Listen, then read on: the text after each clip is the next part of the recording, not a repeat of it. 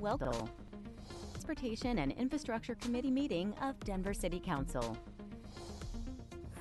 Full coverage of this session of the Land Use, Transportation and Infrastructure Committee begins now.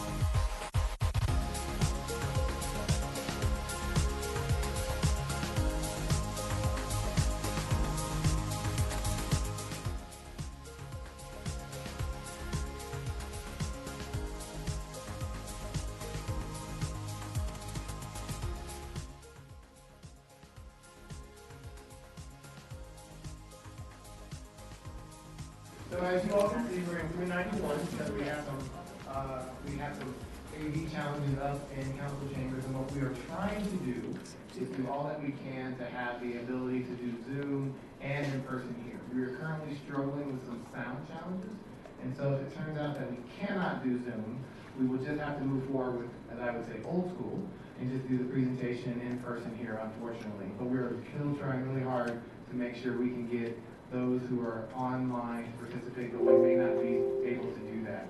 But while we're waiting, Zach said he needs a couple of minutes. Let's first go around the room in person so I can have my colleagues introduce myself, and I'll start with my left.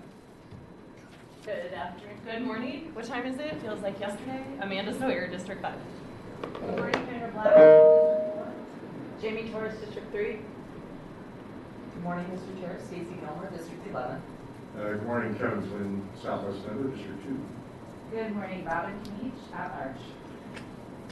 We do have one action item today, so that's good. But this will take up a pretty good amount of time, though this is a topic we have been talking about for a bit. 0685, amending Chapter 48 of the Denver Revised Municipal Code to repeal the fee on composting and implement a volume-based pricing system for trash, including recycling and composting services at no extra charge to facilitate improved waste diversion and its related environmental benefits. So I have delayed as much as I can, Zach, so I will look to you to see if we are at a space now. We do have the audio for Zoom, or are we still having a challenge? Let's just do the backup and we'll do it in the room. Margaret will do the presentation from here. Okay. All right. So we were unable to get the audio working for Zoom. So Margaret from Dottie, you will be doing the presentation. And you can introduce yourself. Take it away, colleagues. We do have 15 minutes of public comment, so we'll have a presentation from Dottie. My understanding is there are 2 amendments for consideration, so we want to we want to speak to those amendments. Then we will go to our public comment. So those who are here for public comment can comment on the proposal or the amendments, and then we will get into comments and questions after that. So Margaret, you can introduce yourself. Take it away. Thank you. Good morning.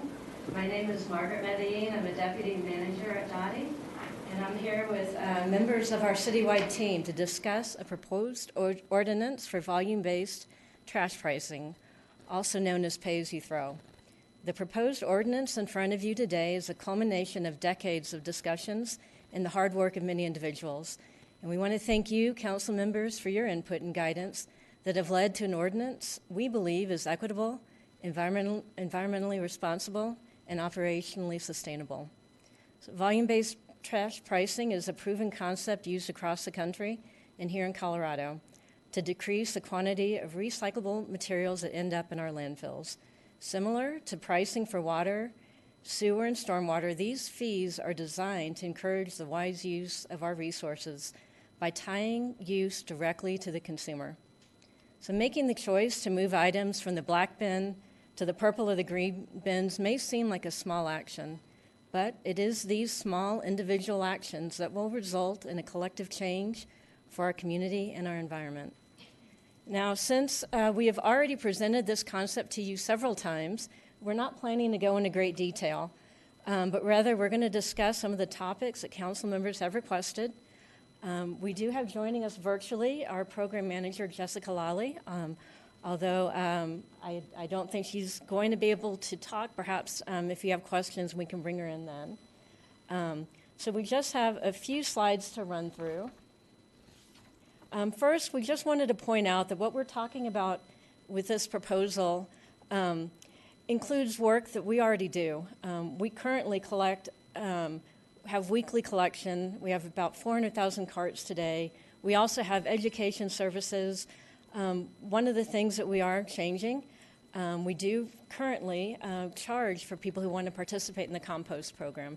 And we have a billing system and a customer care system that we are developing that would change the way our fee structure is currently set so that those who are doing what we want them to do will not pay more than everyone else. So this program really is just an expansion of what we currently do. And we just want to point out that this is a concept that's been in discussion for over 20 years. And this year, the Denver Sustainability Advisory Council also talked about the importance of reducing the recyclables that go into our waste stream. And we've been asked a lot the question about why now. And the answer is our city has formed a deep consensus among elected officials, the community, and our advisors, like the Climate Task Force, on the urgency of climate change and the urgency of our city, of Denver, leading to reduce impacts. And you've seen this slide before, but we do just want to point out that where we have made a lot of impact in changing emissions in our commercial buildings and in transportation. In our waste stream, we've made no impacts since 2005. This slide reminds us we have made reductions in many other sectors, but not in solid waste, and this is something within the city's control. This is a policy we can change with behavior, and it will have positive climate outcomes. And we did just quickly want to go over the highlights to the draft ordinance. This is in amending Chapter 48 to remove the current compost fee and replace it with a volume-based pricing service fee for collections. So this is really aligning our fee structures with our values and no longer leaning on those in the community who are doing the right thing to pay more through the compost fees. It also will establish a fee for the solid waste management service and limits the use of that resulting revenue to only support the cost of the solid waste program itself. And we're also excited about the affordability program that is included in the ordinance, which will be an instant rebate for those who qualify for the program. And then we've also added some language for compliance. So that is a quick overview. And again, just reminding everyone, the way we've set up the price structure, it is based on the size of the trash cart you select. So those who select the smallest available cart size, the 35-gallon trash cart, will be paying $9 a month. And we do want to compare that to people who currently participate in our compost program. They pay $9.75 a month. So if you are a current compost customer and choose the smallest trash bin, you'll actually see a slight reduction in what you're paying. And then the 65-gallon bin is $13, with the largest bin, the 95-gallon bin, being $21.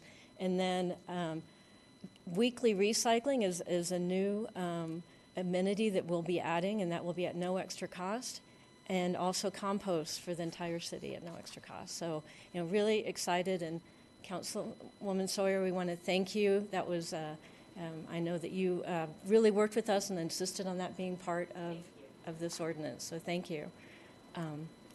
And let's see, moving to the next slide, we also wanted to talk about the impacts of HOAs, and an update from the last time we met with you.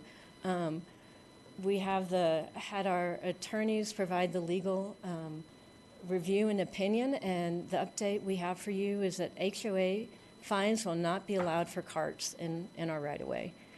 So this is an update to the ordinance language that we wanted to share with you. So this will establish that HOAs cannot penalize our customers for keeping their carts in our right-of-way. Of course, we don't advise that customers keep carts in the right-of-way for the ease of travel and safety, but with this language, HOAs will not be allowed to fine for carts in the right-of-way. And with that, we also have an education update, and I'm going to turn it over to Sarah Stanek, one of our subject matter experts and developers of the education plan, to talk to you about this. Good morning, council members. My name is Sarah Stanek. I work in the Department of Transportation and Infrastructure in our Office of Community and Business Engagement, and I've been supporting the development of our education and outreach plan, which I believe all of you have received a copy of, the latest draft version.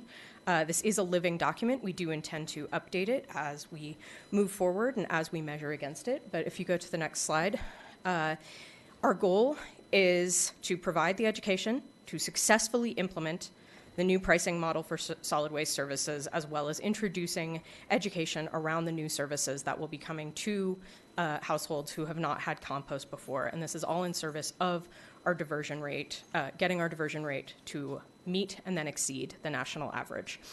Our strategies and tactics include a number of community-based work, where we can meet people where they are. We have the opportunity to do direct customer outreach and customer education to the service addresses and households that we sell in multiple languages. We will be implementing paid advertisements for higher visibility of when people should expect to see some of these changes taking place. And we'll, of course, do everything we can to meet people, again, where they are. We have goals for this education plan through 2024, and we'll be able to adjust our approach based on the key performance indicators noted in the plan regarding the performance of diversion rate, contamination, and feedback that we get directly from the community. So our objectives by year for this year would be change management. Educate on the expanded services and new fees, when they will begin, and how people can apply for the affordability program. We would move into contamination education and right-sizing trash carts as people get their compost carts, who have never had that before, begin to see the impact of what that does to their black trash cart, and by adding some additional recycling education, hopefully, and the weekly collection, hopefully seeing an impact in how they use their purple cart as well, and seeing the benefit of right-sizing that and reducing their fees. And then as we move into 2024, getting people to also understand the environmental benefits of right-sizing carts in addition to the cost savings, and we'll be able to report in on our diversion rate progress, do some specified education in neighborhoods where we have information from our solid waste district supervisors to understand where there may be more recycling challenges versus where there may be more compost challenges, and do some of that specialized education as we have the people getting a little more used to and familiar with the carts and services that we offer. We do have on the next slide an overview of our multilingual resources. There are a number of bilingual staff in our solid waste teams who do speak Spanish and are able to support us in outreach in Spanish. All of our print, mail, social media, videos, any outreach materials will be created in English and Spanish, but we'll also have access to our office's professional translation and interpretation services to meet language-specific needs in neighborhoods. We use a combination of DPS data and a number of other factors to determine where, say, a Vietnamese approach may benefit a neighborhood in South Denver versus perhaps Somali in East Denver.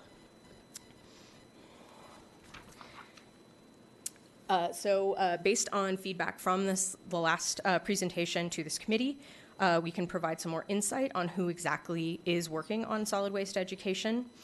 We have experts within DOTI, our solid waste community and business engagement and public information office, who can provide education to our solid waste customers. We also lean on support from our citywide marketing team on getting our materials out and in the right channels.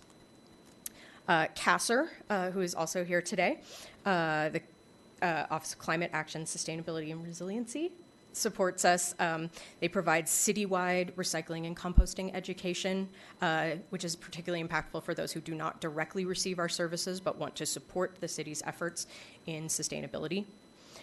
Other agency partners, such as the Denver Human Services and the Office of Financial Empowerment, will be helping with the affordability program in particular, helping get people enrolled and understanding what some of the opportunities we have to auto-enroll people who we know will be eligible. We think that there are a number of other agency partners who will also support us in getting the word out for that. The affordability program is a model and we are one of the only municipalities in the region to offer something like that. We can go into a little bit more detail about who some of those staff members are. There will be a program manager to oversee the solid waste education outreach plan and the budget. Again, looking at goals to increase diversion, drive behavior change, and direct that annual budget. This will also be the program manager who is in contact with our partners and with the 311 staff who can help direct us to the great areas of greatest need.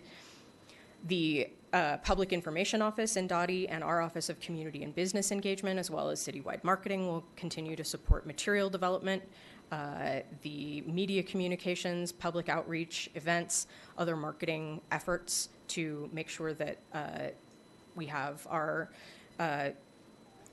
customers are aware of where we're going and what we're doing. The solid waste customer service teams, our superintendents, supervisors, and inspectors also have direct contact with residents on a regular basis to provide support on cart management, education, recycling, composting, and will be able to provide information on invoicing as well. And then, of course, 311, our 311 agents handle 60% of the current solid waste calls directly. So we'll, of course, be able to provide them scripts for customer service around any changes and scripts related to education for people calling in to find out how they can and can't use their purple and green cards. I will hand it back over to Margaret for our last closeout. Thank you, Sarah. And just this last slide, we do have some additional topics for discussion, and I believe Councilwoman Knight will hand this over to you. Thank you, Margaret. So we don't have slides on these because they're kind of conversations that have come up in the last few days with questions and ideas that you all have been continuing to bring to us. So thank you for the engagement. The first conversation, there's been a lot of discussion about equity in terms of questions about the new program.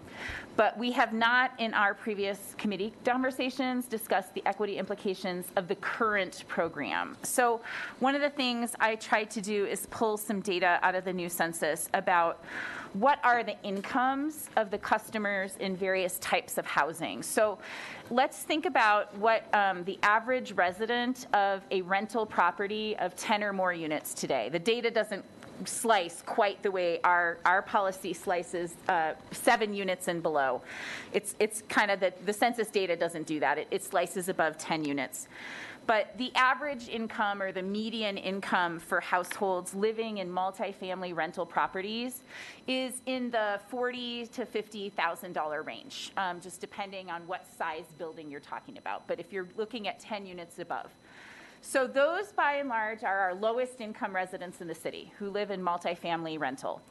And those residents are, generally speaking, paying their landlords for the rent of their apartment. That includes the property taxes for that building. They are paying sales tax on their purchases. They are paying all the same taxes as other residents.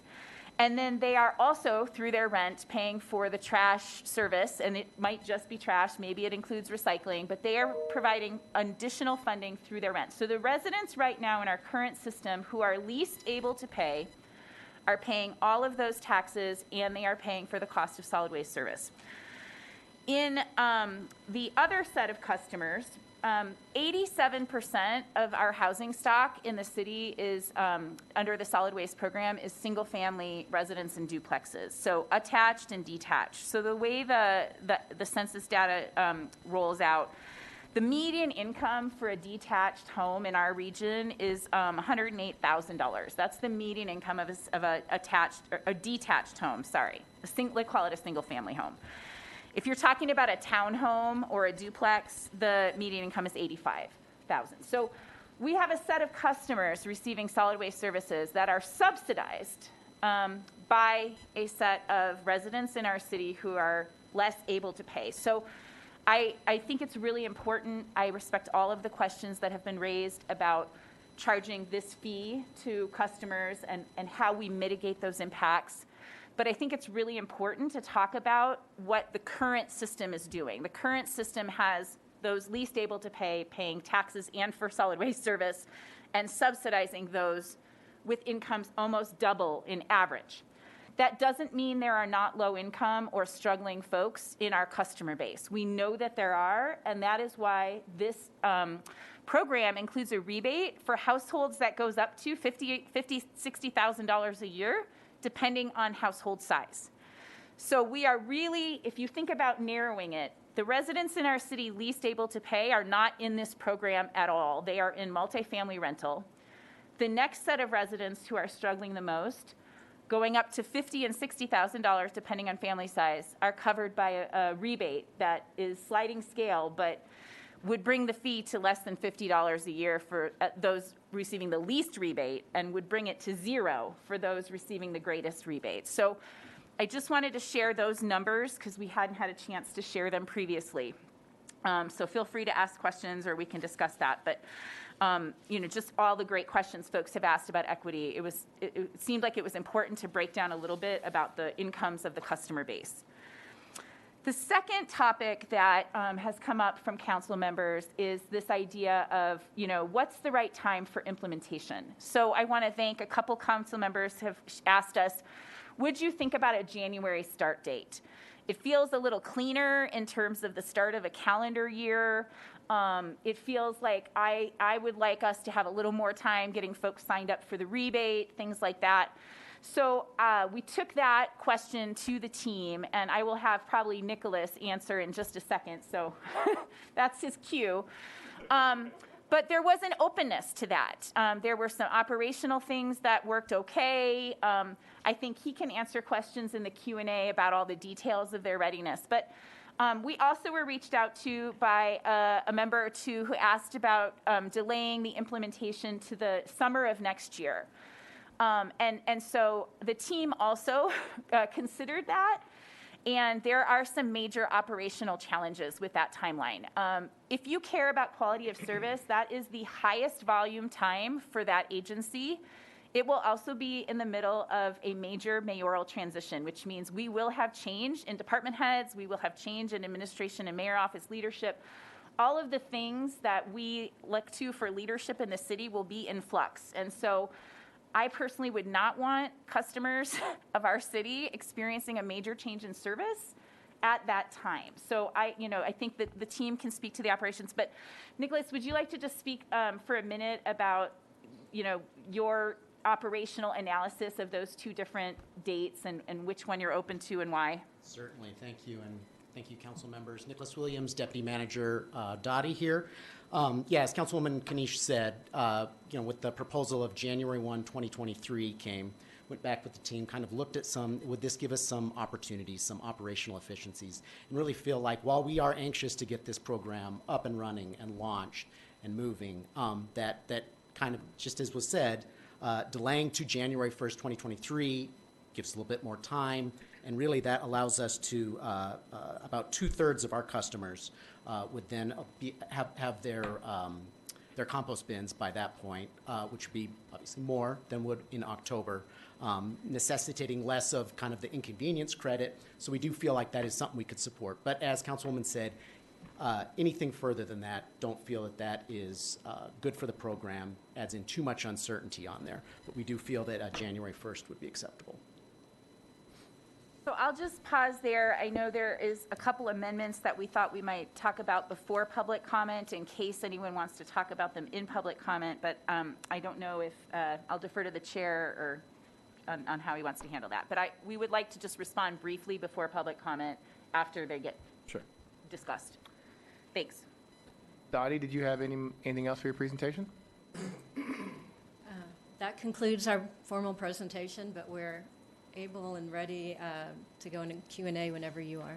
Yeah, I'm sure there'll be plenty. Okay, all right. I want to welcome Councilwoman Sandoval here to the 391. So we had 3 people sign up for public comment. 2 of them wanted to participate virtually, and because we could not get the virtual audio to work, we're just going to do the one individual that is in person. But before we do that, I learned this morning that there are 2 amendments for consideration. So what I would ask is Councilman Flynn, if you would speak to those so that the individual who is here to speak on public comment could speak to that should they choose to desire to. So Councilman Flynn, if you could speak briefly to those 2 just so that we all have an understanding of what they were. I'll offer Councilwoman Kanish an opportunity to rebut briefly, and then we'll go to public comment and then Q&A from council members.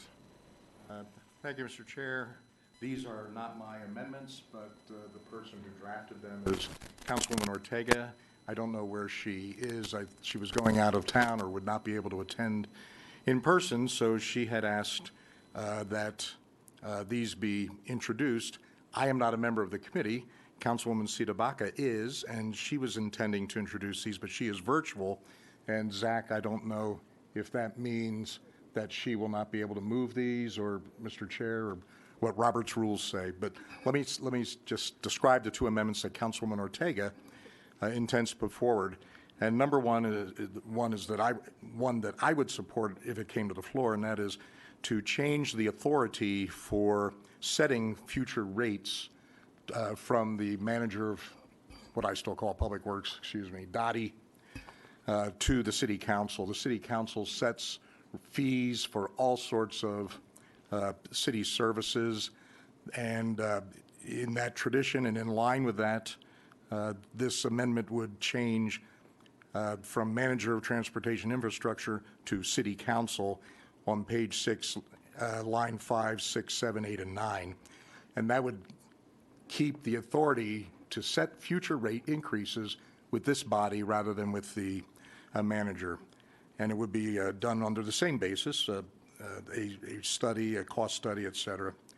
The second amendment that Councilwoman Ortega is putting forward is a review and sunset requirement, so that the manager of Dottie shall report in writing to the City Council by October 1st, 2024. I assume that might change to January 1st, 25 if we do amend this to change the effective date, okay? And every 2 years thereafter regarding the operation of the program, and that it would sunset October 3rd, 2028, which I assume we would change to January 1st of 2029, unless it is renewed. So those are the two amendments that Councilwoman Ortega has drafted and that I cannot personally introduce at this committee, but Councilwoman Sita Baca would be able to.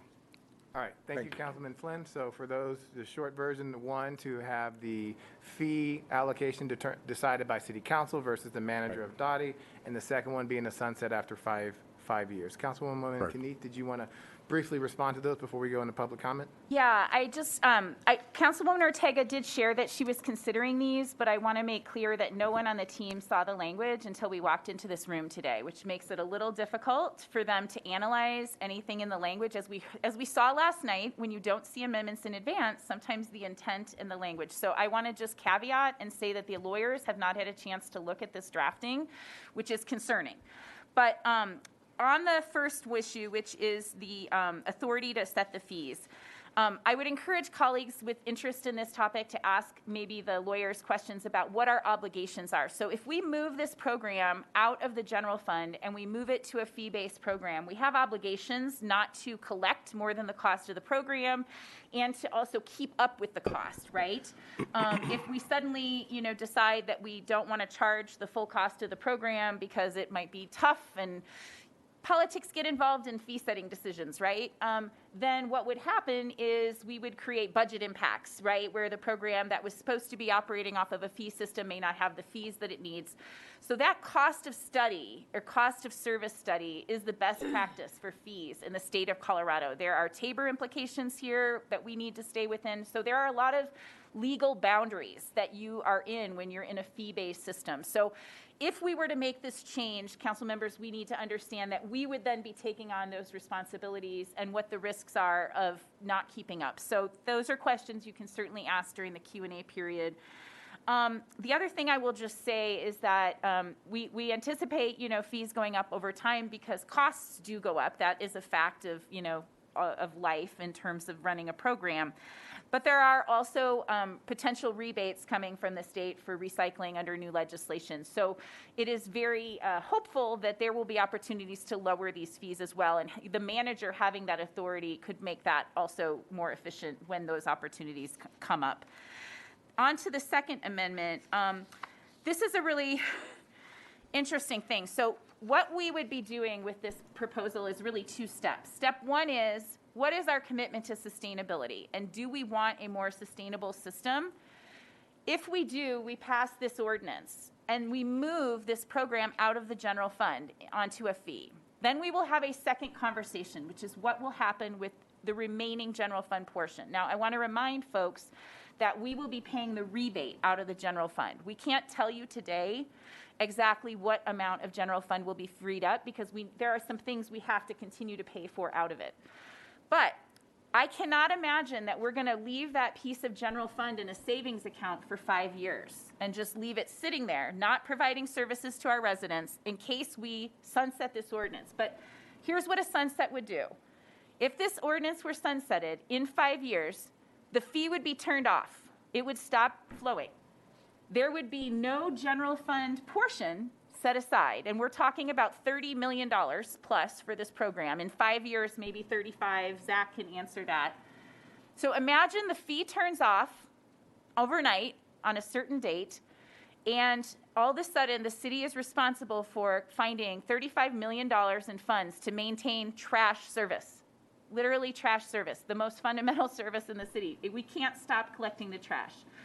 We would be faced with cutting other pieces in the general fund to put that funding back, or we would be faced with the prospect of going to the voters, which would be required if we wanted to have a tax and have general voter approval for a new tax.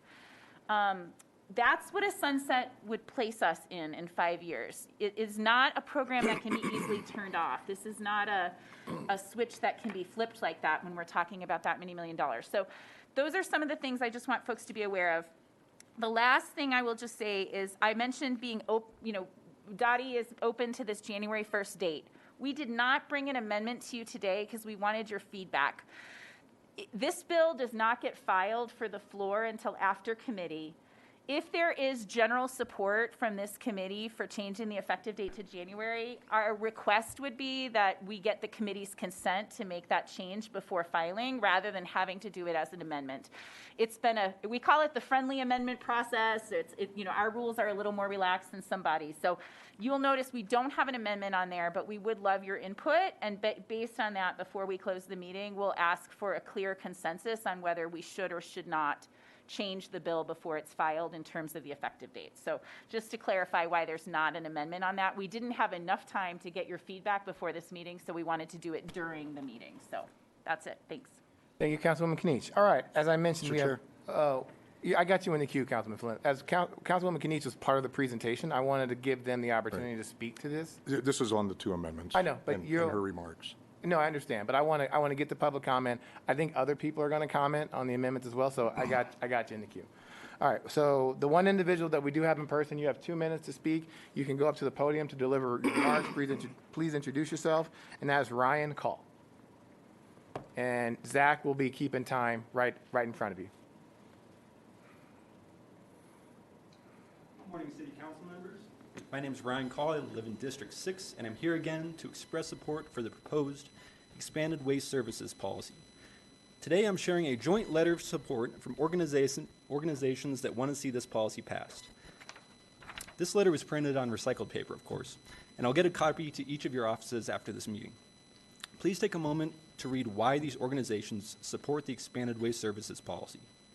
Along with the dozens of individuals who have written your offices and spoken up at public comment sessions, the organizations that have signed on this letter so far include 350 Colorado, the Alliance Center, Climate Reality, Denver Metro Chapter, the Colorado Public Interest Research Group, Conservation Colorado, Compost Colorado, Denver Streets Partnership, EcoCycle, Eco-Inclusive, Green Up Our Schools, Lowry United Neighborhoods, Ridwell, Sierra Club, Denver Metro Network, We Don't Waste, and Women in Sustainability. As more organizations sign on, I'll send you all updated lists via email over the next few weeks. I'm sure you will also hear more support from your constituents in the upcoming weeks as well. This is an opportunity to transform Denver's waste management for the better. Yes, there's much more work to be done beyond this policy, but please don't pass up this opportunity. This moment reminds me of a question I often ask myself. If not now, when? Thank you for your public service and commitment to helping Denver become a more sustainable city. Thank you, Ryan. All right, that was the one speaker that we have. So colleagues, it's now time for questions for Dottie or comments on the amendments. Up first, I have Councilwoman Sawyer. Thanks, Mr. Chair. So I guess I will respond to the, and I'm not a voting member of the committee, so I'm just going to put in my opinion here, but you guys do you. When it comes to January 1st as a start date, I think that that's actually a really great idea for a couple of different reasons, including recognizing that the availability of trash carts is short because of supply chain issues and things like that. So I think giving a couple more months to, 3 more months to the process in order to do all the things that need to get done is a good idea. It's a good point of change on January 1st. So appreciate that, would support that if it ended up coming to the floor. The sunset provision I find extremely concerning because the idea of setting up an entire program and then potentially sunsetting it in 5 years doesn't seem like good customer service, let alone good policy. So I would not support that at all. The third one, when it comes to council setting the fees, wanted to ask you guys about that because there are a number of fees that council has to approve. What happens in that when that happens is the agency does the research, they do the study, all of those things. Then they come to us, they present what they found and what their recommendation is, and then council chooses to approve it or not. I'm not sure that something like that is logistically possible here, but I wanted to get a little more information about whether a process like that would be possible for a program like this. Thank you, Councilwoman. Without looking into the possibility, I think kind of echoing some of the comments, the concern about starting to add in a political element about that change and then having to kind of get left out in the cold with the general fund on there. I think that's really where we would come from. Again, we need to take a better look at it, talk with our attorneys. So while I suppose anything is possible, I really don't think that would be the most efficient and effective way to execute this program. Okay. Appreciate that feedback, and if you get more information about it and you want to send us all an email, following up, that would be great so that we're prepared to discuss it on the floor if that's the way that this amendment ends up going. Thanks for that. Also wanted to say thank you for weekly recycling. I truly appreciate it. I think it's the #1 thing I hear from my constituents, and I remember moving home and being like, wait, why don't we have weekly recycling? We're Denver. So thrilled that has been included as a part of this program and really appreciate. I know that took a little work to get us there, so thank you for getting us there because I think that that's incredibly important. And again, in terms of customer service to our community members, having weekly recycling makes the most sense, not only for our climate, but for our residents, for everyone. So thank you for doing that. Really appreciate that. And then just in terms of kind of, I guess, feedback from you all on the start date moving to January 1st, is that, like I said at the beginning, feels like that's doable and it actually would allow some time to sort out some of the logistics. Is that true? Does that make more sense? Will we have all the carts available for all the things if we wait until January 1st? Can you just kind of walk me through Sure. And I'll ask some of the things that were kind of still hanging out there and whether many of those would be resolved by the 1st Certainly. or not?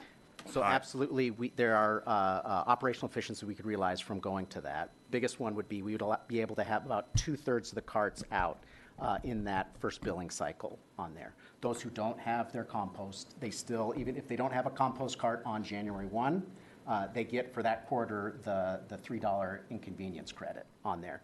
But what going to January would allow us to do is to have more of those carts out there by that time, then filling out in the subsequent quarter, the rest of those carts. So that's why, as we discussed and looked at it, felt, yeah, this is definitely something we can do and manage. I think that's a reasonable delay. So yeah, I think very supportive of that. Would potentially make the program a little bit better to kick off with. Okay, that's good to know. Did you want to jump in? Nothing to add. Okay, thanks.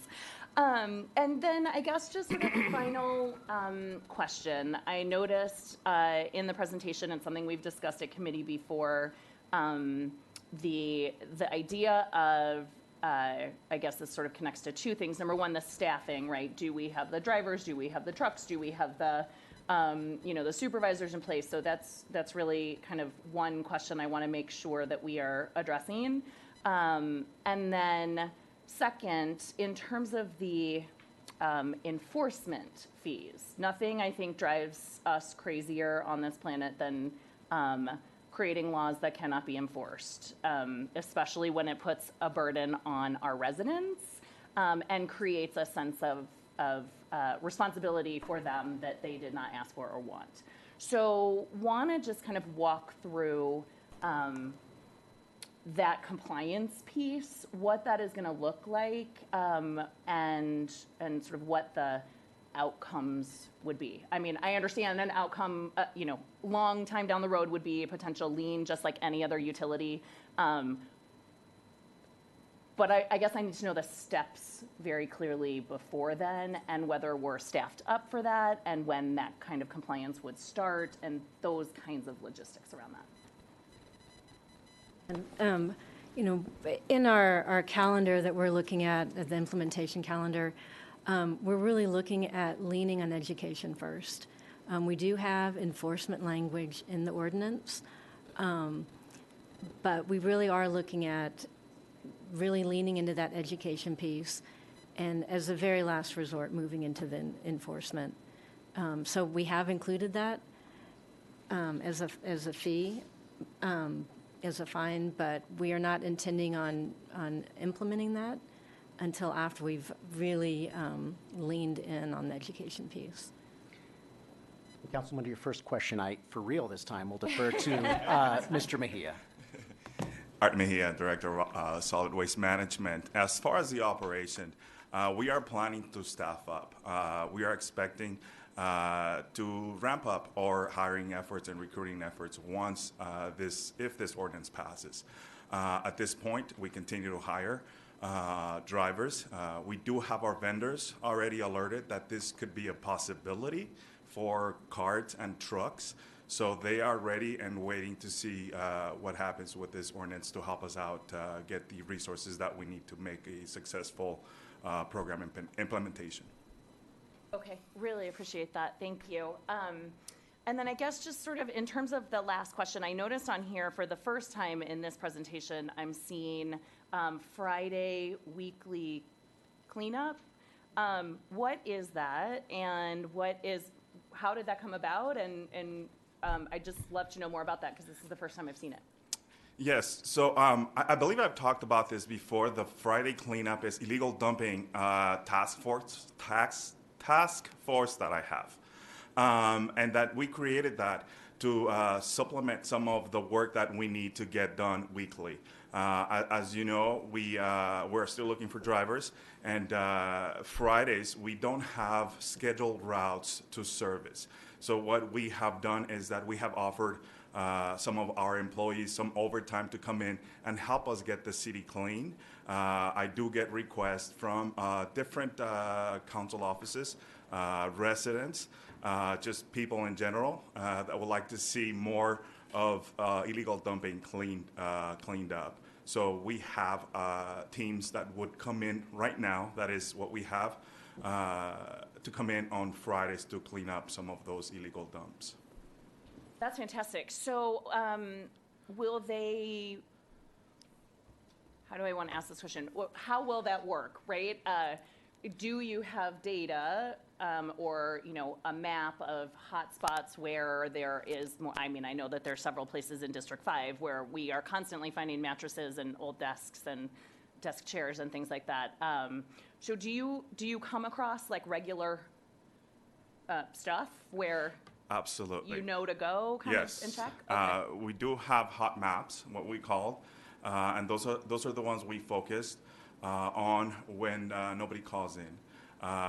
We do have areas where we just drive through. The plan is to eventually move those illegal dumps to within our services, so we don't have to come in on Fridays anymore.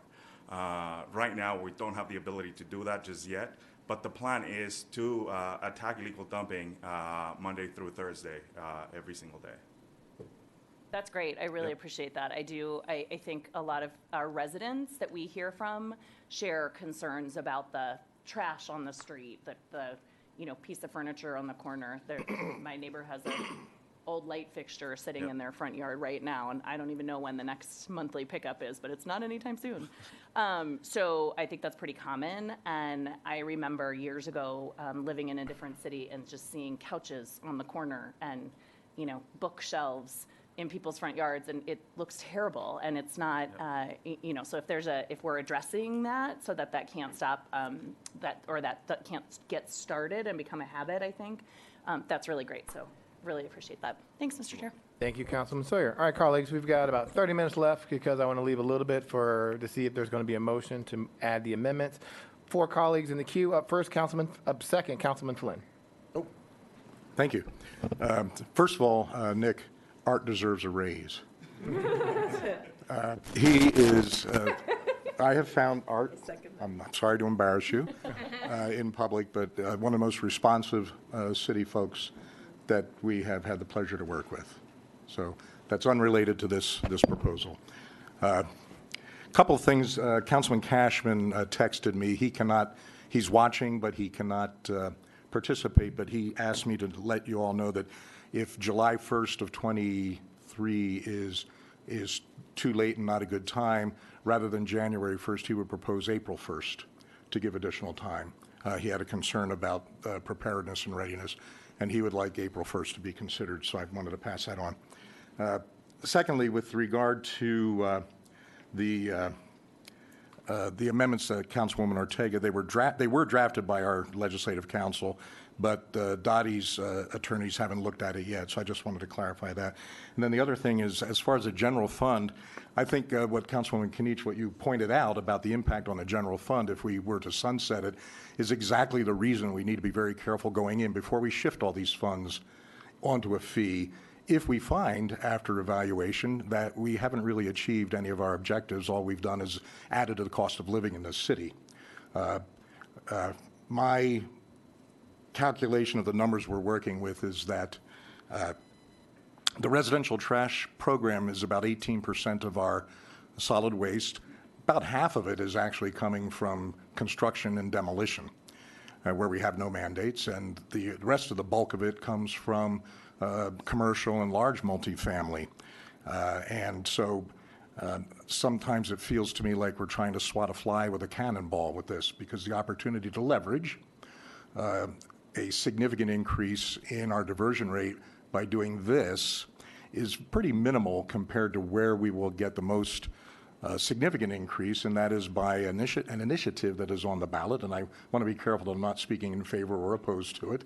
But there is an initiative on the ballot that would mandate diversion from large multifamily and commercial, a citizen initiative. And I believe, my own personal belief is that we should wait to see if that passes, because if it fails, then we will really have done nothing with this ordinance other than add $21, $252 a year to the cost of living in this city by most residential households. Zach has, I sent you all a slideshow to show what's happening with our residential solid waste versus large multifamily and commercial waste. If you go full screen, and just a quick, I'm just going to scroll through these quickly, Mr. Chair, assuming, do you have to do it that way, Zach? Okay, this is in my council district. People are composting and recycling to the extent that the recycle bins, the lid is propped open because they're filling it. And that's every other week. So that person, if he needed another cart, we could give him another purple cart or give him a 95-gallon cart. Why are we giving out 65-gallon recycling carts to people? I regularly fill mine, and it's just me and my wife. Excuse me. Compared to an apartment complex down the street from this address, Zach, thank you. Probably about 75% of what's in there is divertible. Next one. Again, here's someone with 2 carts.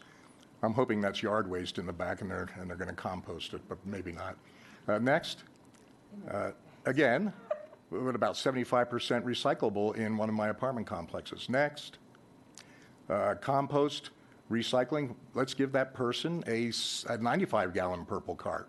What are we doing? We don't have to pick up half of his waste every week. we can just pick, half of his recycling every week. That's a waste of effort. Next slide. This, with all those aluminum cans, I am sorry to say, this is a Denver Public Schools dumpster in my district. And about 25 feet away from this dumpster, there were about 15 purple recycling carts that we pick up from DPS. But this is a DPS. I'm not going to say what school it is because I don't want to embarrass the folks there. Next. Thank you. This is right down the street from my house. They got 2 carts. It looks like one of them is a 95-gallon cart. Next. And this is right down the street. Zach, you can just quickly scroll through. Thank you. So this is to compare what's happening in our residential program with what's not happening with where we really need to leverage to get the increases that we're trying to get in diversion. So the people who already are doing what we want them to do, and I think that's the last slide. That was the worst example I found. Thank you, Zach. So we're thinking of charging a fee to leverage a minimal increase out of people already doing what we want them to do for the most part, while we're doing nothing about where the biggest bang for the buck is. Calculating on the numbers from solid waste and CASR, if every household in the residential program doubled its diversion, which I don't think is even possible, it's certainly not possible in my case. We home compost and we fill our recycle bin every other week.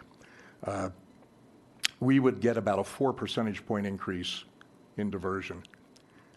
The biggest bang for the buck is going to come from large multifamily and commercial. I want to disagree with Councilwoman Sawyer. Maybe you would benefit from having weekly recycling, but recycling doesn't rot.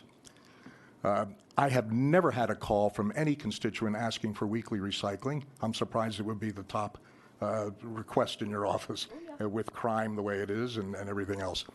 But the requests I've had, and I fulfilled a number of them, thank you, Art, is to provide a second purple bin. My next door neighbor asked me to get him a purple bin, and Art had it out there the next day. And let's give him 65-gallon bins.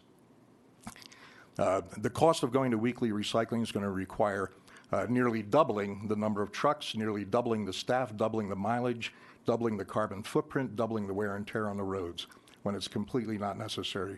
I would propose, instead of the way this has been structured, that we stick with bi-weekly pickup of recycling and see how that works first before we incur those costs that may be completely unnecessary if people can get a second bin. Thank you.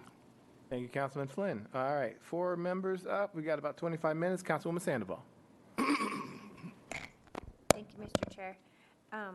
So I have a couple questions here. Maybe it's for you all, but it might actually be for Sky. Just wondering about the fees. I know the City Council raises other fees.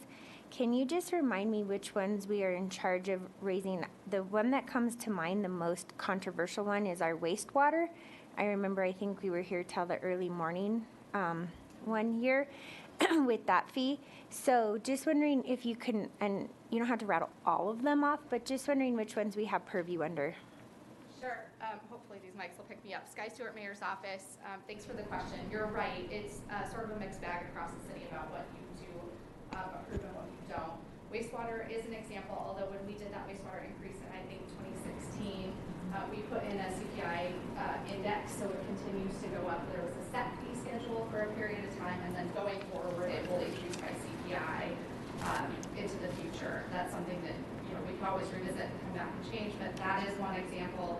A lot of the park fees are set in ordinance, and so have to come back to you as council members to set entry fees, boating fees, golf fees, those kinds of things. But there are also some that are set at the manager's discretion. It just depends on how they were set up at the time, how the code language was set up. We can certainly give you a more comprehensive list, but that's some examples. Okay, thank you. And then I have a question for Art Mejia. So Art, we always talk about subject matter experts, right? And although we field phone calls from our constituents, you are the closest to the ground. You hear directly from your drivers, because your drivers, you hear from us, and then you talk to your drivers, and then your drivers talk to you. So in your opinion, based on what is happening in Denver, we all know that since we've gotten rid of the big dumpsters, we still do have illegal dumping, especially like on our, like I live, my council district's right up against Adams County, so you get calls from Gina all the time. In your opinion, is Denver at the point where we do need this weekly recycling? Is that something that your drivers are hearing? Is that something that you've been hearing? Can you just talk to me about what you hear on the ground, since you're literally the subject matter expert in this room? Thank you for that. So I'll start with my experience. When I moved into the area, I had 2 containers, recycling and trash. And I put out my recycling my first week. And then the following week, I put out the recycling and it wasn't picked up. And I could not believe that we did not have weekly recycling where I lived.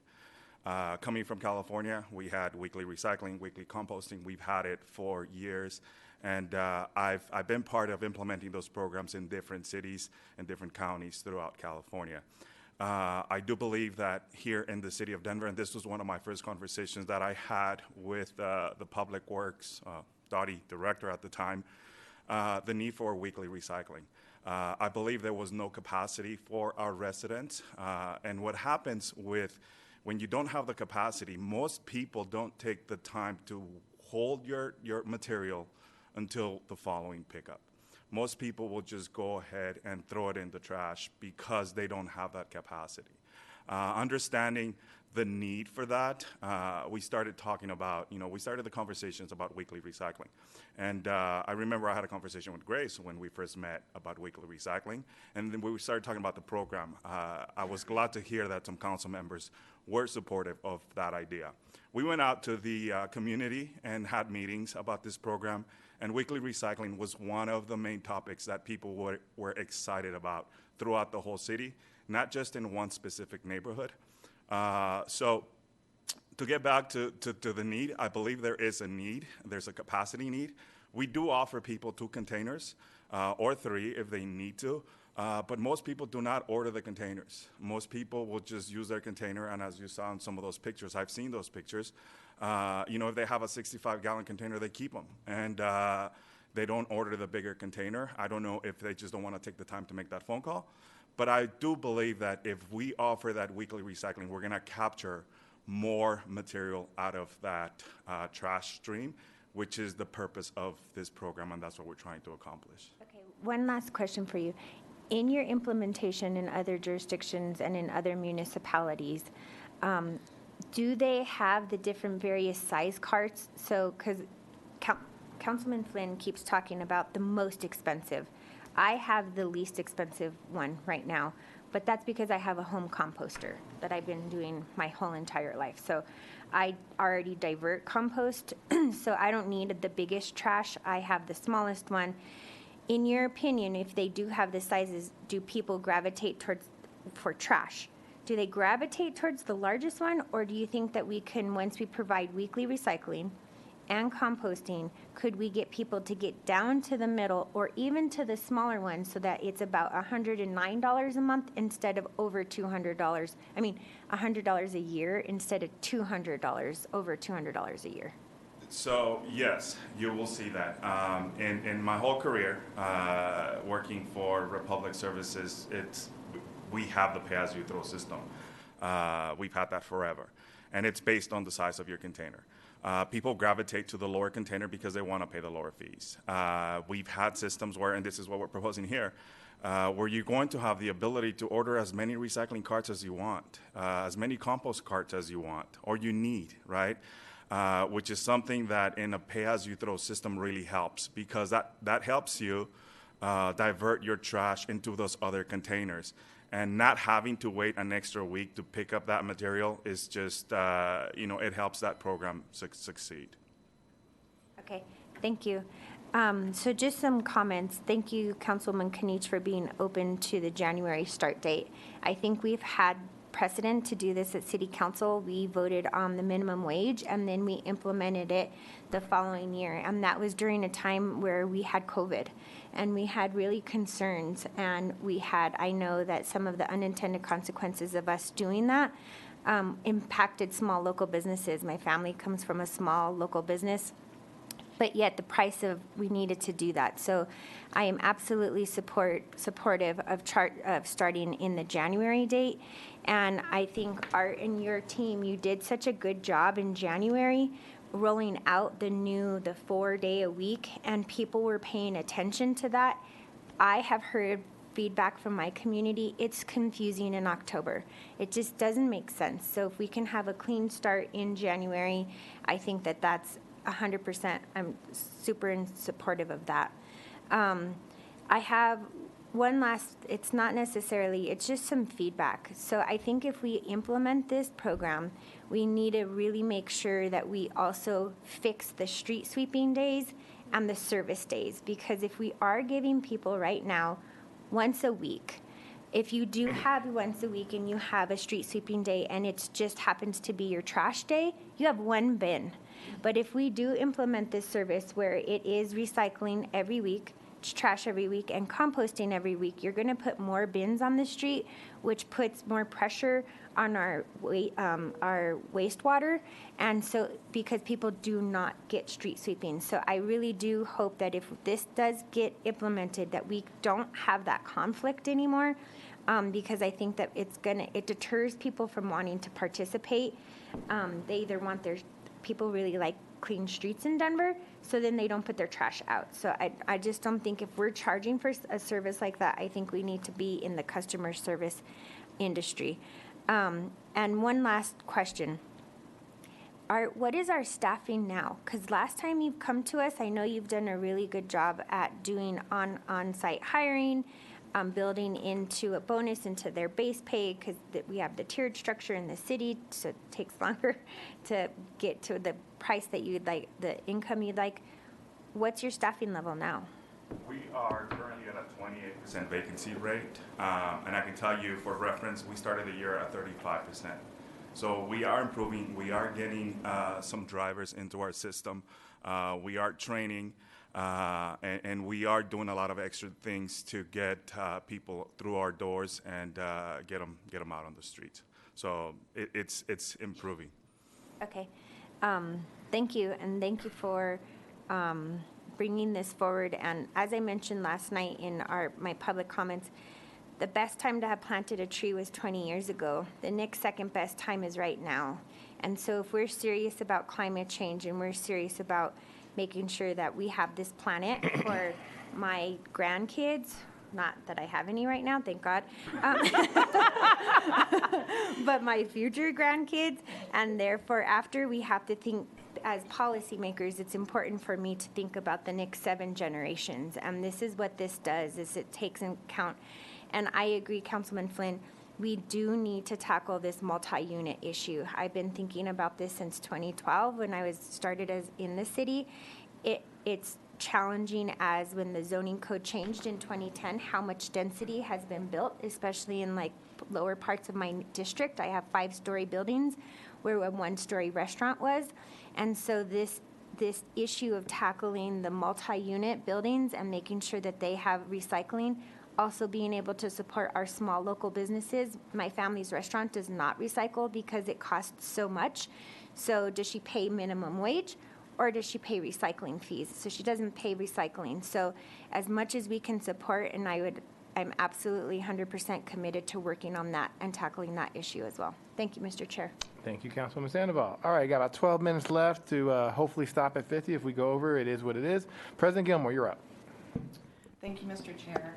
I want to thank the folks that created the framework for the education plan that was sent out, and then also Councilwoman Kniech, your work around having no HOA fines for folks leaving their trash cans out.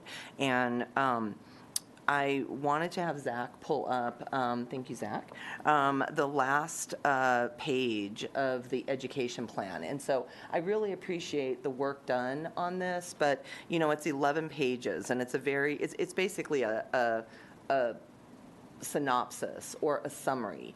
You know, I'm an educator, wildlife biologist, founded an educational nonprofit. We didn't go into the classroom to teach elementary school children without a comprehensive education plan. And I pulled up one of the old ones that I wrote. It's Who Polluted the South Platte. It's 22 pages because it is so in depth, and because for true behavior change, you need to provide people education and that experience. And I think to Councilman Flynn's pictures, it shows as a city we need to do a lot more education.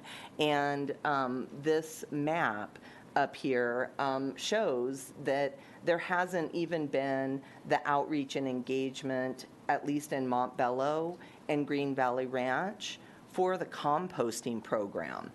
That is startling that we don't have, it's showing 0, and I know that my staff had sent an email to Jason Gallardo and Art on June 3rd to find out what our specific numbers are in Montbello and Green Valley Ranch for composting. We still haven't heard back what those numbers are, and so that is an ask. I want to see that information because my residents in Montbello, we've been paying for composting for 5 years. We have 2 recycling bins. We are using a 35-gallon trash cart right now, but you have 0 up there. And so that's concerning because I'm not sure where your data is if you're not even able to represent a small percentage of residents in the far northeast who are composting. And so do we have an updated number for those users? I have that with me, Councilwoman. I'm just looking it up. If you can wait a moment, can I get back Great. to you? All right, perfect. Appreciate that. And so the number, because we haven't been educating people to have those behavior changes, that map shows the resistance and a really big educational gap that has been identified. And as far as when you look at that, you look at the education plan, but I don't see any rollout of ongoing programs. What is going to be that strategy? And Zach, if you could go to back to the presentation on slide 10, actually as an educator, I would say, and I'll wait, Zach, for you to get there, but the solid waste education objectives, I worked with and educated children, and it's really hard to get them to do behavior changes. But if you mandate it and you say, you're going to do what I tell you to do, I'm going to charge you for this, they'd be like, I'm out. I'm not participating in this. That's not an option for our residents, but it does create a great tension and divide that I'm looking to alleviate if we can. And so really, this should be flip-flopped. In 2022, it should have been right-size your trash cart. Or 2020, 2021, when we were all at home, that would have been an awesome time to really educate folks around composting. But we're at where we're at right now. The right-size your trash cart should be happening now. The compost and recycle education, great, leave it in 2023. But then 2024 or further out around expanding this program, because we're going to have to do it someday. I'm not necessarily in support of the sunsetting, because this is where we're going to have to go as a society and as a city. Does 1 year make a gigantic difference? Perhaps not, as far as getting the alleviation of trash going to the landfill. 1 year in the whole scheme of things is not going to save or demise our planet. I would like to be able to have my constituents along with us on this journey. And, you know, Margaret, when you said the city has formed deep consensus on this, elected leaders, city leaders, my biggest question is, but what about the residents? I have overwhelming opposition to this in my district.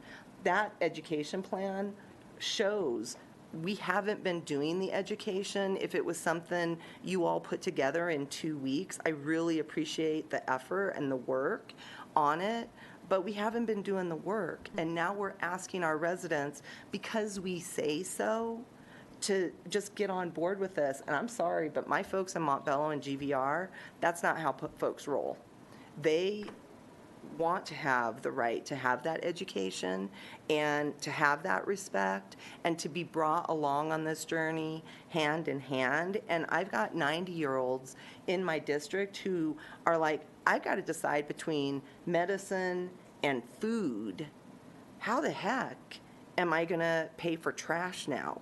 And I like Councilman Flynn's idea about the larger recycling bins, that maybe we could alleviate having to have weekly pickup. But this is really, really difficult. And if it was only my values that I was voting on, of course, I'm a wildlife biologist. I've studied this my life.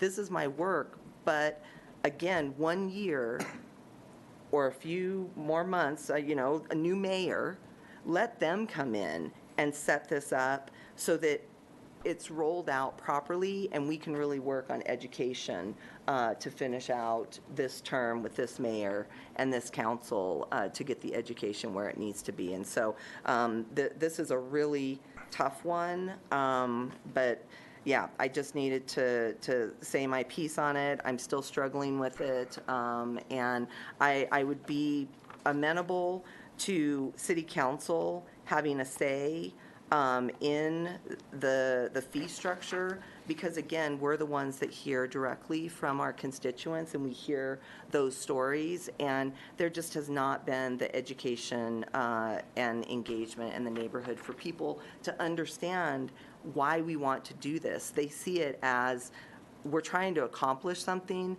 They're not sure why, what it's going to do. They just know that they're going to be charged for something that currently now they're not. And it's a financial burden with the cost of inflation for our households. And so just wanted to put that out there, and hopefully we'll get the number of compost subscribers for Montbello and GVR. But thank you, Mr. Chair. Thank you, President Gilmore. Real quick, so for people to understand, we've got 7 council members here, 5 are voting and members of the committee. So those are the 5 that can move the amendments forward. Those council members, Sandoval, Torres, Black, President Gilmore, myself. Of the voting members, members of LUDI, is there anyone that plans to move those amendments today in committee? Just so I can see as I'm trying to manage time. Does any voting member plan to do that? Can you hear me? This is Candy. I'm on the phone, and I was approved to participate virtually, and I would like to vote, and I would like to bring forward the amendment. Yeah, Councilwoman, as the chair, I make that decision, so I'm not going to do that unless you're in the body. You'll have that opportunity to do it on the full council, but this would be a first if we're going to allow, in my 11 years on council, to let someone participate via the phone. So I will err on the side of safety and caution to say, we'll go ahead and do it on the floor, because you'll still have that opportunity. So if I'm wrong, I'll apologize, but that's, and I got a thumbs up, so all right, we're good. All right, so if no one's going to move that forward, Councilwoman, if you make it while we're still coming, feel free to come and make that motion. I do not know where you are, but up next, we got Councilwoman Torres. Thank you. I'll try to be brief. Just following up, Art, on the staffing level question, can you repeat the vacancy rate at the beginning of the year? 58%? 35%. Oh, 35. Okay. So it's now at 28%. You were at 35 at the beginning of the year. That is correct. Okay. What's the number of new staff that would have to be hired if implemented? If implemented, Yes. we're talking about an additional 22 drivers. And the 28% vacancy rate is equivalent to how many staff? You can get that to me later. I can give you that. Okay. Yeah. Yep. next question, if the goal is to reach and then exceed the national average, I had that up, I think we're at 20-something%, 26, the national average is 34. Do you have like a benchmark date for when you would want to meet the national average, exceed it? I don't have that with me. I know that Jessica had worked on a report for that, but I don't have that. Oh, there's Grace. I think Jessica and Grace worked together on that. I'm Grace Green, Executive Director of the Office of Climate Action, Sustainability, and Resiliency. And what I can add to this is not just the national average, but in the most recent Sustainable Resource Management Plan, which was an update to the 2010 Solid Waste Master Plan, we, Solid Waste, CASR, and Environmental Quality in DDPHE, we set a goal of hitting a 50% citywide diversion rate within 5 years of now, which would be 2027, and then a 70% diversion rate by 2031. Odd numbers, that's because we set 5-year increments in 2022. But again, that's citywide, that's not just about solid waste customer base. Okay, thanks, Grace. What would be the point, so I was looking at the Waste No More piece and not having really read beyond today what they're proposing. What would be the points of contradiction or duplication if this were to pass and that ballot measure were to pass? Because it seemed like it was more commercial, okay, and multi-unit focused. Okay, I've read it in depth. There is no duplication. Okay. So the Waste No More ballot initiative would cover the private sector, basically all buildings that are not collected by the City and County of Denver. So City and County of Denver Solid Waste Management collects waste from all households, single-family units, up through apartment buildings with 7 units. So apartment buildings 8 units or more are private sector, as well as all commercial buildings, all construction projects, and all businesses. Okay, so we wouldn't have to necessarily modify what's being proposed on our side. I'm sure we'd have to create some system if that were to pass to accommodate. So yeah, there would be no, if Waste No More passes, there would be no change required from this ordinance. There's a lot that the city would have to do to create systems to assist in, it's really not implementing, it's in the enforcement of that other ordinance. Thank you. Appreciate that.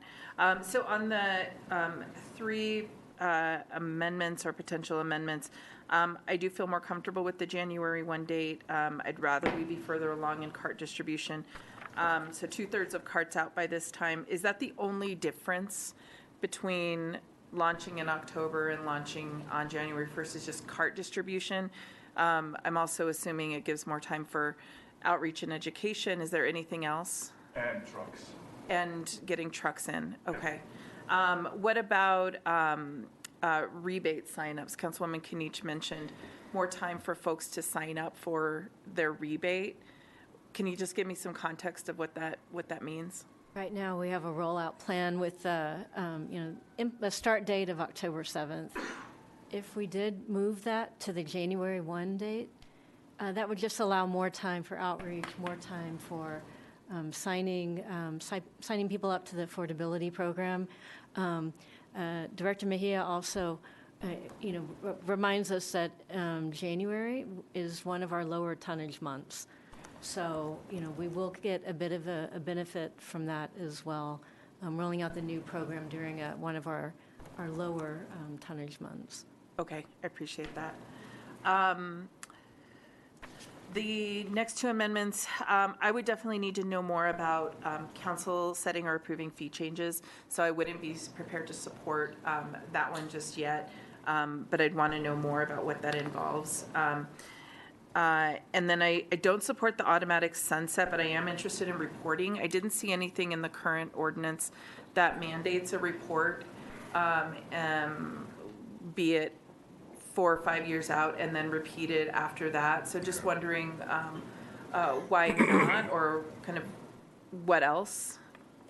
We don't have any opposition to creating reports. We're quite good at it. Yeah, right? Okay. On that, so no opposition to reporting. Okay, so we could potentially just add in dates or kind of, the proposal is once in 5 years and then every 2 years thereafter could be something that could be built in. And we do also have in there the recommendation to do cost of service studies periodically. So I think that could, definitely, we could tie that to reporting as well. Okay. Okay. So I would just communicate that then myself to Councilwoman Ortega, just on that one of her 2 amendments, and that's it for me. Thank you. Thank you, Councilwoman Torres. Councilwoman Black. Thank you, Mr. Chair. I just want to respond to some of the conversation we've had today. The street sweeping conflict is a big problem, and it makes our government not look good. So that needs to be resolved. You know, we like clean streets, like Councilwoman Sandoval said, but we clean our streets for air quality.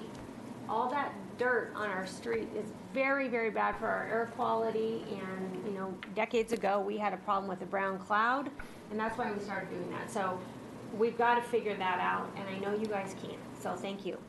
I support the January start date because I had concerns about working out some of the kinks and the details, so I'm very supportive of that.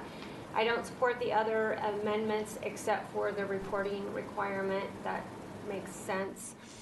I am 100% in support of this, and why do I support it? Because our planet is in crisis, and really everything matters. I'm very much an advocate for reducing and reusing, which we also need to do. But we have to do a lot of things at the same time. They're all a piece of the puzzle in addressing our climate issues. I hope all of the council offices are working on getting their certifiably green designation. You'll be hearing more from me on that. I hear from people that, you know, this isn't going to do enough. We've got China or we've got apartments and they're not doing enough. But there are 350 million people in our country. And if we all make small changes, it adds up. We are the second largest polluter in the world after China. Our country matters, and we need to, all of us, make every small change that we can. Education is important and really getting people to care. We passed the Bring Your Own Bag ordinance and the opt-in for cutlery and condiments, and you know, are they earth-shattering changes? No, but they help educate people and get people to care and be aware that you shouldn't use a bag for 12 minutes and throw it in your dumpster, right? Like, these small things really, really matter. I'd also like to talk about, Councilman Flynn talks about how multifamily and commercial properties generate a lot of waste. That is true. But I would like to compare it to our council meeting we had last night. Most of us supported the inclusionary housing bill. Thank you for Councilwoman Kanish Sandoval and the mayor's office for their leadership on that. There was a lot of opposition. There was an opposition from developers, and there was opposition from people who need housing, but that doesn't mean we shouldn't do it. It's not the cure-all, it's not the fix-all. It's one piece in a larger picture of how we can address our housing crisis, and this is a piece of how we can address our climate crisis. So I just wanted to make that comparison. As far as the commercial and multifamily, I participated in the stakeholder process for the solid waste master plan, which I believe was in 2019. And I'm completely an advocate for commercial multifamily, as well as construction and demolition recycling. Some cities even have a deconstruction ordinance, which I'm also supportive of. There's a lot of issues with it, and ideally, I would have liked to have seen these things happen parallel. It didn't happen that way, but I think that is the direction we should go. We should require multifamily commercial construction and demolition The ballot measure, I know, is modeled after a successful program in Austin that actually works. So there you go with that. I mentioned to some of you, there was an old Kmart in my district on Evans and Monaco that was built in 1965, and it sat empty for about 10 years. It was finally torn down last summer, and the demolition guy recycled every bit of it. We've heard that we don't have the ability in our city to recycle construction and demolition. We actually do. He recycled all the asphalt, he recycled all the concrete, he recycled all the steel, and he recycled all the copper wiring. So it is being done, but we need to do more of that. As far as educating and convenience, I know there was some discussion about that. I think the weekly recycling is really important. Councilman Flynn, I too take pictures of my neighbor's trash bins because when I grow up, I want to be an inspector. So today was trash day in my district, and everyone in my neighborhood does recycling and composting, but it's a lot of convenience. Today we did not have recycling. Across the street, 55-gallon black bin, and it's full of cardboard. And you know why? Because we didn't have recycling this week. And if we would have had recycling, they would have put it in their bin, but they were being lazy and they just put it in the black bin. So I think that there is a lot of education that needs to happen, but the convenience thing does really matter, and people don't necessarily want to wait. The last thing I'll say is that I have had composting since it started. It's $9.75 a month. It's just me and my husband. We have way more recycling and composting. We are a 1 trash bag a week family, so it will actually cost me less. So I think it isn't necessarily accurate to say it's going to add $252 to everyone who lives in a house. For some people, they will be paying less.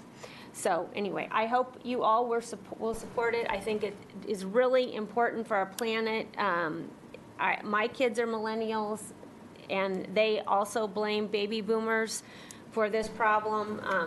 Councilwoman Kniech and I were talking about her son, who also agrees with this, and now is the time to do it. The tree should have been planted 20 years ago, but we're going to do it hopefully in June. Thanks.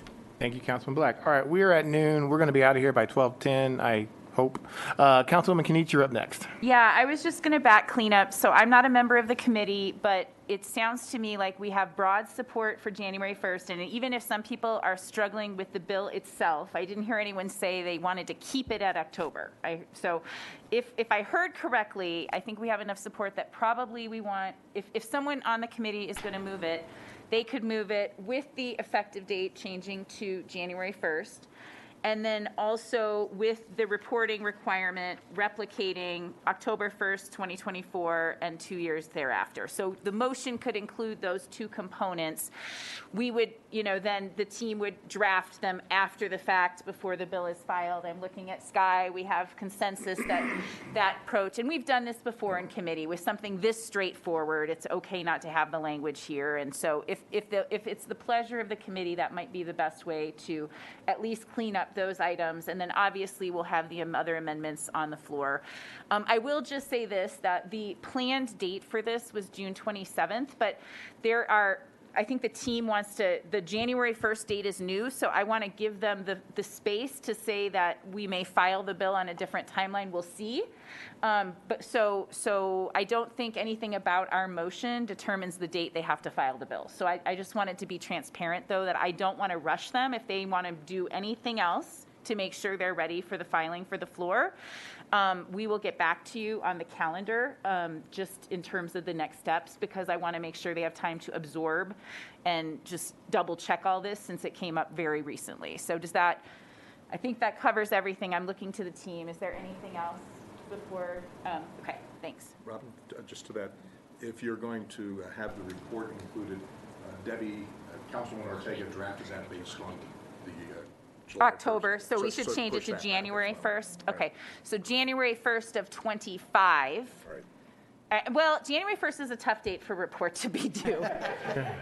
How about this? How about so this is fun. This is what committee is. I would like to give them till February 1st, so that is a month after the close of the first year. So does that work? Or March 1st? Are we passionate colleagues about the date? We understand that it's hard to do a report at the first of the year. So, okay, February, March, something like that. So it'll be after the close of the year and then every 2 years after. Okay. All right. So thank you. Thank you. Councilman Flynn, did you have one more thing, or you were just responding, or you're good now? No, I was just going to suggest matching up Councilwoman Ortega's with the new date. Okay, so in a second, colleagues, for the voting members, I'm going to ask for a motion to move 0685 to the full council. We'll deal with those amendments on the floor. I'm supportive of this getting out of committee. I struggle with the bill. And here's my challenge. And for most who have been on council with me for as long as I am, I consider myself the trash person on council, because I remember the first term saying, hey, where's our solid waste master plan? Where are the 3 containers? And then I said, hey, why do I still have dumpsters in Northeast Park Hill and East Colfax? And this body, when I was council president, we sent a letter to the administration because in new construction, single-family homes, we defaulted to the 95-gallon trash container, and you had to opt in for recycling. Well, this council sent a letter to the mayor, and the administration agreed. We now defaulted to the 65-gallon container for trash, and then you had to opt out of recycling. So obviously, Chris is supportive of solid waste and diversion. Why is Chris struggling with this bill? And President Gilmore hit it on the head. We have not done a sincere education campaign. This is a stick. And I've kept asking, where's the carrot? When we removed the dumpsters in Northeast Park Hill, I was out there at those community meetings and we told neighbors what was happening. And then shortly thereafter, we had contamination challenges in Northeast Park Hill. Was that the fault of the community? Or did we do a poor job educating them about it? And I think that was on us. So I think before we go into a stick, we should have a sincere, aggressive education campaign. Because I just struggle to believe the only way we can get to the numbers that we need, that we want for our planet, is through a fee. I just don't believe that, because I don't feel we have done that appropriate education. So that's my struggle. And so I would be interested in, and I originally thought, delay? Well, if it's because of economic reasons, I don't think economically we're going to be in a better position 6 months to a year from now. But if we delay a year, or some period of time, and put together a sincere education campaign, let community know how important that is, see if those numbers tick up, that's what I would love to see. So I'm certainly comfortable moving this out of committee. We've talked about this several times. We're ready to move forward. But I think we're missing the mark on education. And thank you, President Gilmore, for hitting the head on that, because I share Mont Bello with President Gilmore, and yes, they are adamantly, and other neighbors as well, other parts of the community, because, hey, why are you doing this? If someone says, why are you doing this, we have failed as a city to let people know how important this is. That being said, all right, let's get a motion 0685 move to the full council. Any of the voting members? So moved. Moved by Councilwoman Black, seconded by Councilwoman Sandoval. Zach, can we do a roll call? As Yes. amended? Yes, with the date of January 1. And the reporting? And the reporting. Excuse me. Thank you, Councilman Kniech. Aye. Aye. Aye. Councilmember Herndon? Aye. Council President Gilmore? Aye. Motion. Motion passes. Thank you all so much. Apologies for going a few minutes over. Several consent items on the agenda. If you have any issues, let us know. Seeing no other business for this committee, we stand adjourned.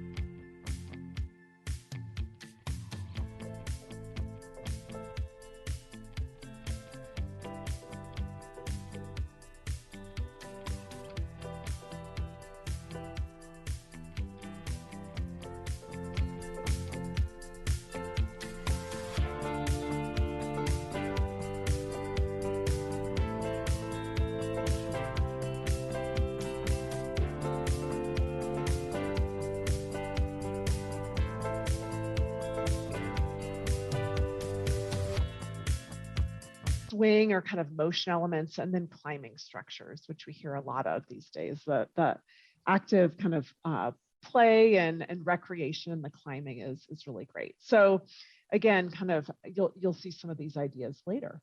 Next.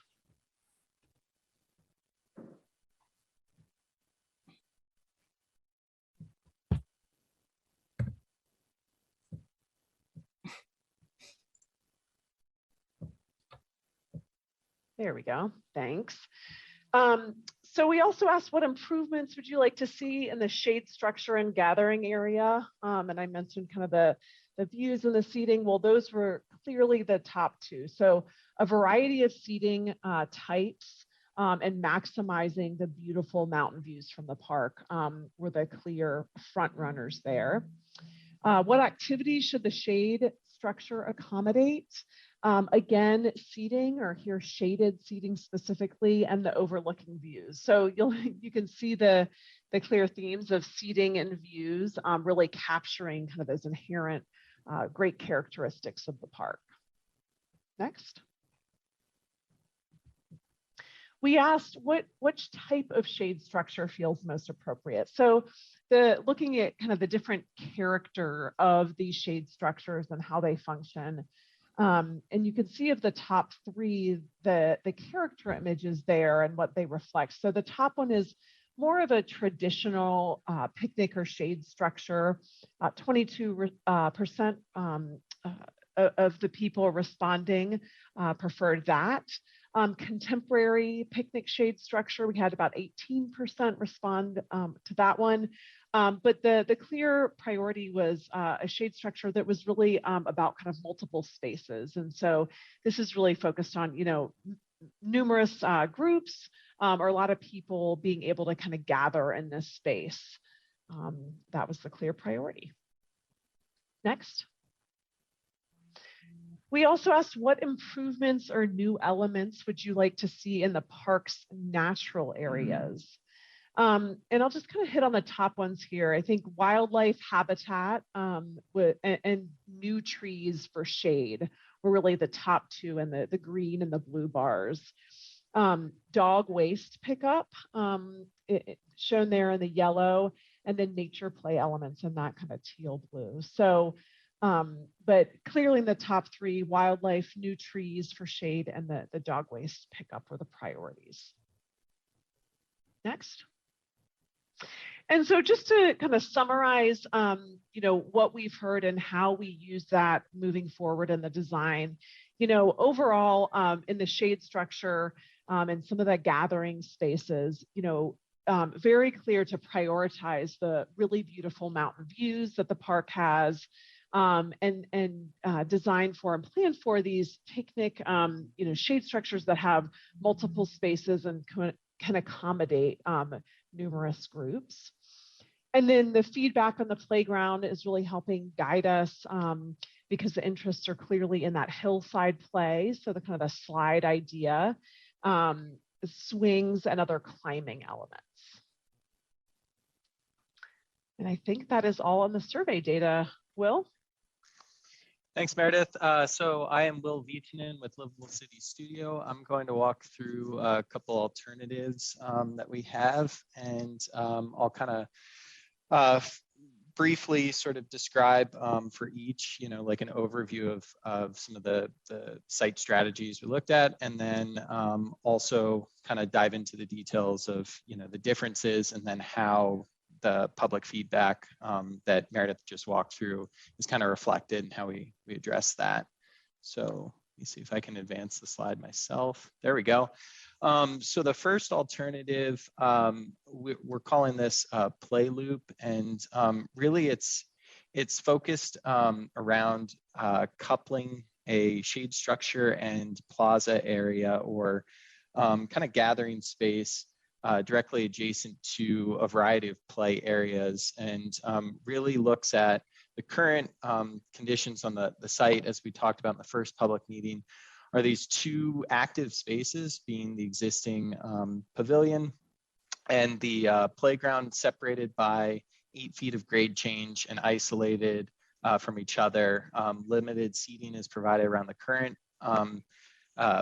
playground, and access between the two is really just not direct in general. So at a base, this first concept really looks at working with some of the existing circulation framework, but addressing some of the grades and locating the primary play area at elevation closer to the shade structure, and kind of leveling things out a bit there, such that you can then create a broader loop that connects these spaces together and have some direct connections between the programs.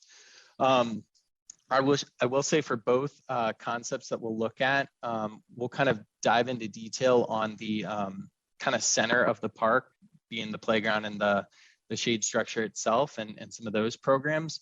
But I want to just highlight both alternatives. We're looking at also kind of creating a new path on the north side of the park, a soft surface trail, and activating some of the existing soft surface trails with various pause places that would have different bench and seating options, as well as waste and potentially even interpretive signage.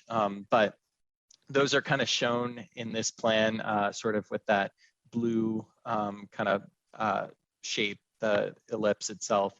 And then on the proposed north side trail, we're actually looking at pulling from the habitat feedback that we received from the initial survey, creating a node around the existing fallen cottonwoods that are shown with number 8, just right where the north side of the park bends. There are a bunch of remnant cottonwood logs, and we're looking at creating sort of a pause place and potential outdoor classroom seating area there. And then what's shown in 7 on the east side of the proposed kind of soft surface trail would be some sort of pollinator habitat. We're calling it a pollinator hotel, but where it also becomes an opportunity to have little, interpretive kind of houses for bees and butterflies and things like that. And all of that's to build on the existing shown in 9. There's the bird houses on the existing pole that's kind of in the middle of the field there. And we're looking at how can we kind of build sort of on that ecological and environmental story on that north side. So I just wanted to kind of talk through that before we dive into detail for both options, because those kind of thoughts sort of apply to both of them, and the differences in the concepts are really in the center of the park itself. So on the next slide, this is kind of a zoom in of that central portion of the park, and I'll kind of walk you through some of the improvements here. So I mentioned the looping kind of path that would be fully accessible and connect all of the play spaces. So on the west side in this plan, we've located the shade structure a little pretty close to where it is today, but with an expanded footprint, and again, slightly lowering the elevation so that we can work the grades around it and kind of create that looping path, but still having the direct mountain views west and southwest.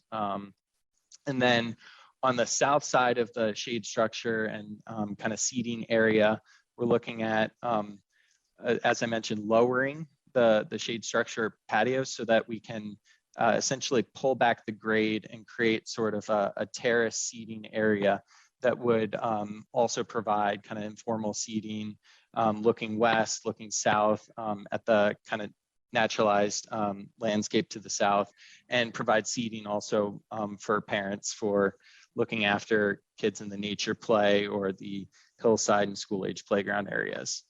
Additionally, one thing to point out with this concept, the looping path really kind of ties together all the play spaces, but the pavilion itself, or the shade structure, is also really closely located to the playground. So in contrast to the existing, playground and shade structure area, you can't really access those without dropping 7-8 feet. This looks at really kind of flattening things out a bit there, and addressing the grade solely on the south side of the proposed loop path, and in that south area, we would have sort of a hillside play, climbing and, scrambling up natural materials, and then a lower kind of flattened landing nature play area itself. So that would take advantage of the existing kind of footprint of the playground as it stands today, but actually pushing it slightly in north and west away from the existing trees that are there, and also providing some proposed trees that can help to better shade some of these active spaces. Lastly, on this concept, we did hear that the east side, as you kind of come from South Irving Street, should have some sort of entry kind of thoughtful planting, as the west side has the two different LAs from the lindens and the crabapple trees. And so here we're proposing to kind of really, have a defined and formal entry on that east side that kind of connects and creates that future address of the Loretto Heights campus to the east. So on the bottom, you can see a few, images of the programs that we're thinking about in these spaces. So the shade structure, as Meredith mentioned, open and kind of generous, but flexible with not just one type of, seating, like picnic table, but potentially having some variability in the different heights of seating elements and ledges. The terrace seat walls that are shown just to the right of that, those are actually, we're thinking potentially natural materials like stone slabs, and really having them sit and they're embedded into the grade. And then on this one, swing elements being a little more contemporary and not traditional. Just the way that the play spaces, the school age and the early childhood play areas can fit here. It works better to not have a traditional swing set just with the grades. And then natural kind of play elements from potentially a natural wood structure that you can climb in and through and over, and some sort of scramble with an embankment slide. And then lastly, some climbing elements that again kind of land on that hillside area so that you can really have fun and experience the grade and look to the west. One last thing that I'll point out here, the play areas are also kind of separated by age and by use, so that it kind of creates a little bit of a circuit to move around through, but you also have spaces that are basically designated somewhat for early childhood or like a tot lot, so that you don't have conflicting use potentially. I mean, school-age children will probably explore all of these areas. However, it's good to have a home base and also incremental challenge introduced into play spaces. So that's kind of the first alternative. And then, oh, actually, we're going to do a quick polling question. So Meredith, do you want to kind of walk us through this? Yep.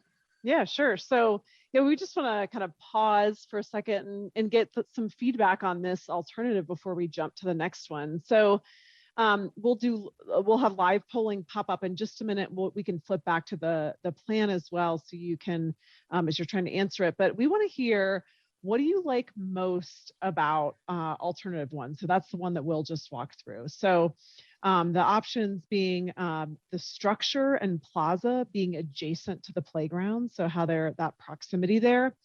2 is the terrace seating south of the structure with views to the mountains. 3, the loop path linking together the playground and gathering spaces.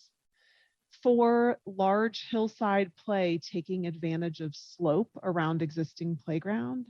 And 5, the play elements using natural materials, or 6, other. So if Jesus, you want to launch the live polling, everyone should have that pop up now, and you can see, take a minute to kind of read through those. I'll repeat them once more for the interpreter. So 1 is the structure and plaza being adjacent to the playgrounds. 2, the terrace seating south of the structure with views to the mountains. 3, the loop path linking together the playground and gathering spaces. 4 is the large hillside play taking advantage of the slope around the existing playground. 5, play elements using natural materials, and 6 is other. So Will, if you want to flip back to the plan view, if you still have control real quick so they can see it as they're trying to respond here. This should be a single choice response. And, you know, if there's something else you like or something that may concern you about this concept, feel free to throw it in the chat, because we would also love to hear any additional thoughts and maybe something we're not thinking about, anything that concerns you, so we really can understand your preferences. So we'll give you all just a bit longer here.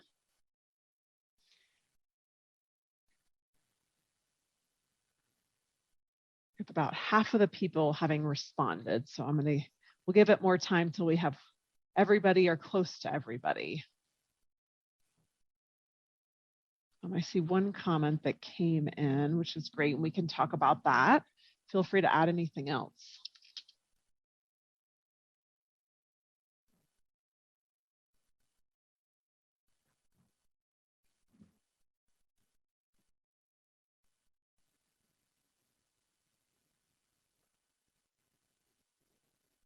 So we have a few more trickling in. If anyone else wants to get in their response on the live polling, that would be great.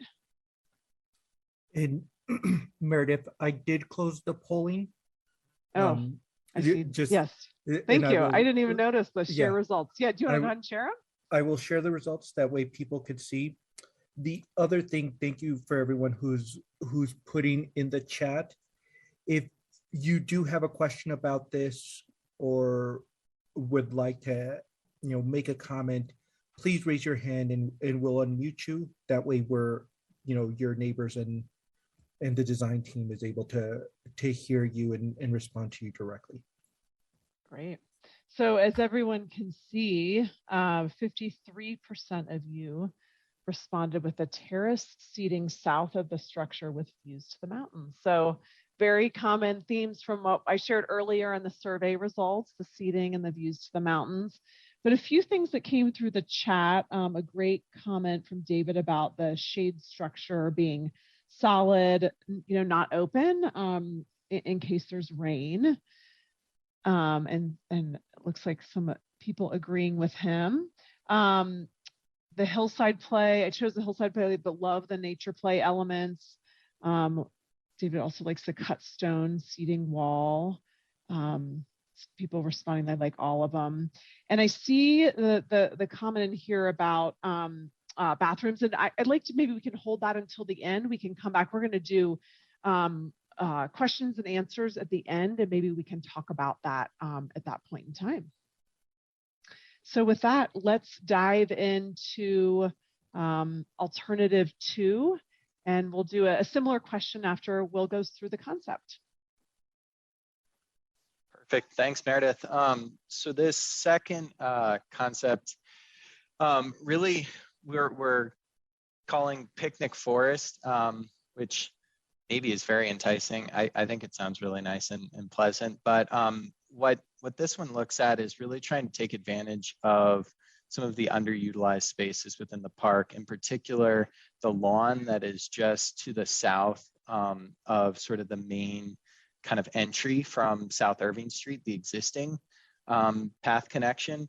There are a number of very mature oak trees, and it's nicely kind of open and just really has generous shade in there. And so this option looks at, well, how can we kind of address both that east and north side of kind of where the current pavilion and playground sit, as well as try to maintain some of the views and also take advantage of the slope. So for this one on the next slide, we'll kind of dig into the specifics, but the main kind of circulation move is creating a connecting path and entry from South Irving Street. And this really considers the future improvements to Loretto Heights campus and what's under construction there, and the increased kind of just a number of park visitors who are going to come crossing across Irving Street and land in the park. And so rather than tie into the existing kind of circulation on the west side of the pavilion, this proposes an entirely new circuit from Irving all the way to the existing recreation lawn on the west side of the park, and locates the shade structure actually east of that slightly. And then has a series of braided kind of circulation loops around the different programs. So I would say this one's a little more connected just in general from the east side of the park and tying into the west. Now, one of the benefits of that is, thinking about future connections and,